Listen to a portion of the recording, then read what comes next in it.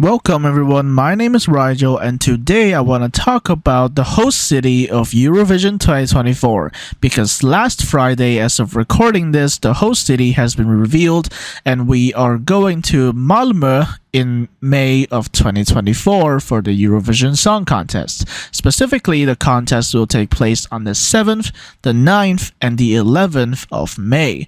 Now, Malmo isn't really a stranger to the contest. They hosted before in 1992, back when Ireland won, and the more recent time when they hosted was in 2013 when Denmark won. Denmark will come back again in this discussion, but first let's go over why they were selected. Now, I think a lot of people, especially Swedes actually, were probably kind of angry that Stockholm wasn't selected. But if you watched my What We Know So Far video that I uploaded a couple of days ago, I basically went over the reasons that were basically like holding back Stockholm. And let's be quite honest here, Hultsvik never really had a chance. Gothenburg or Göteborg had basically just too old of an arena, and Stockholm, they wanted to do that temporary arena thing, and SVT just weren't having it because they wanted a safe contest. They wanted a stable contest. They wanted somewhere that could reliably host the contest, and well, hey, there's Malmo. Even though they have apparently gang violence in the city, which is kind of terrifying, but still, we are going to Malmo in May of 2024 for the Eurovision Song Contest. Now, I mentioned Denmark earlier, and as soon as the host city was announced, a lot of people immediately said that this would make Denmark very happy because, in case you didn't know, Malmo is actually in the extreme south of Sweden and is actually really close to Copenhagen, actually, to the point where apparently you can get a train from Copenhagen to Malmo and get there in like 20 minutes or 40 minutes or something like that. So it's really close. Like literally, I've already seen a lot of people that are planning to stay in Copenhagen and then go to the contest in Malmo, and I'm not sure if I'm going to be doing that. I'll get onto that a little bit later, but let's look at Malmo again. And like I mentioned before, the last two times Malmo hosted, the winners were Ireland and Denmark. And you know, you might wonder whether these two countries have any more luck at the contest. You know, they've both been on a kind of low rut lately, let's just say, and maybe, just maybe, the contest being hosted in Malmo will give them a little boost, but we'll see what happens. Now, like I mentioned earlier, I don't know if I'm going to be staying in Copenhagen or Malmo. And yes, that's right, you heard me right, I'm going to Eurovision. I know that sounds crazy, I'm from East Asia, how am I going to get to Eurovision? It's going to be so expensive. But here's the twist, I'm going to be studying at Vilnius, the capital of Lithuania, for the first half of 2024, basically.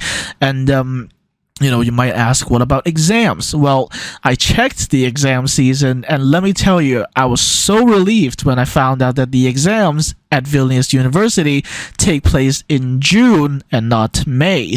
So as someone who watched 3 years of contests during exam season, this was like amazing, and I probably might get to watch Eurovision in person, which feels insane. And I already tweeted about this a couple days ago, but basically I'm planning to just fly to Copenhagen and then make it to Malmo. And initially I kind of had the idea to stay in Copenhagen like pretty much everyone else is, but I do think there is a possibility that I might stay in Malmo. You know, violent crime notwithstanding. But here's the thing about hosting Eurovision is that as soon as the host city is announced, the hotel prices, the hostel prices, the Airbnb prices, they all just skyrocket, absolutely go crazy high. And as of recording this, and actually as of I think about 3 hours after the announcement, they were sold out, they were booked out. So my advice is this, as someone who's not even ever been to Eurovision, but I've seen a lot of people who have been to Eurovision. My advice is this: chill out, relax, don't go for accommodation first thing after the announcement, because that's always when it's going to be the most expensive. And when it's the most cheap, actually, is probably, ironically, the closest to the contest. I think I saw someone on Twitter say that they booked their accommodation like a week before Eurovision, and they got a hotel room for like £17 a night or something like that. So yeah, it's really not that bad at all. And in fact, if you read the reports from Swedish media and stuff, you'll know that actually in the host city requirements that were set out by SVT, they were actually requiring host cities to basically freeze hotel prices for the 2 weeks in the run-up to the contest. So basically, they have to guarantee cheap, or at least a reasonable price for hotel rooms in Malmo in the run up to the contest. So I would suggest that if you haven't gotten accommodation yet, relax, chill out. You might start to plan other things, and I get it, you might like to plan stuff far in advance, but in this case I really think you should just chill out. You're probably going to get accommodation because it's going to really not be that expensive when the contest actually rolls around. So I think that's what I'm going to do. I think I might start looking for hotels around maybe March or April. And if all goes well, I think I will be in Malmo for Eurovision week, which honestly 3 years ago me would have been staring at myself in disbelief right now. But yeah, I might be going to Eurovision in person, and I maybe hope to see some of you guys there. And speaking of Eurovision, I also want to go and watch some national finals.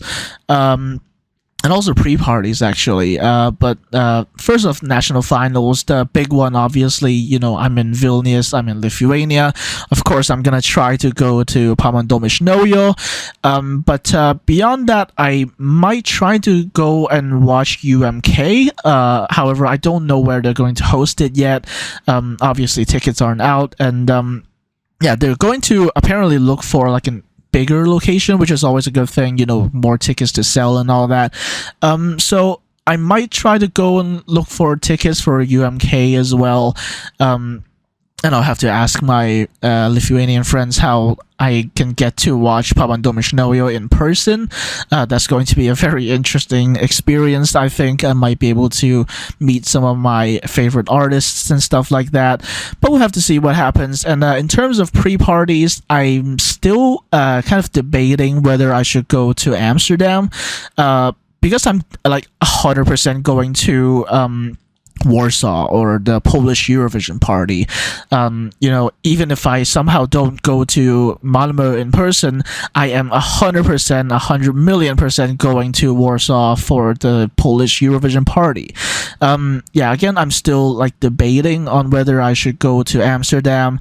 I guess it all depends on like the prices and of like transportation and stuff like that, and whether I can get accommodation, and obviously I have to get tickets as well. And I'm probably not going to go to Barcelona or Madrid. I think those are a bit too far away from Vilnius. So yeah, I'll see what happens. But yes, next year, or at least the first half of next year, I'm going to be in Europe. I'm going to be in Vilnius, and it's going to be a really exciting time. So hopefully I will see some of you guys watching this video right now. Hopefully I'll see some of you guys in Malmo for Eurovision 2024. So thank you for watching this video. Like this video if you enjoyed my reporting of Malmo as a host city. Subscribe to the channel so you don't miss my upcoming content, and I'll see you next time.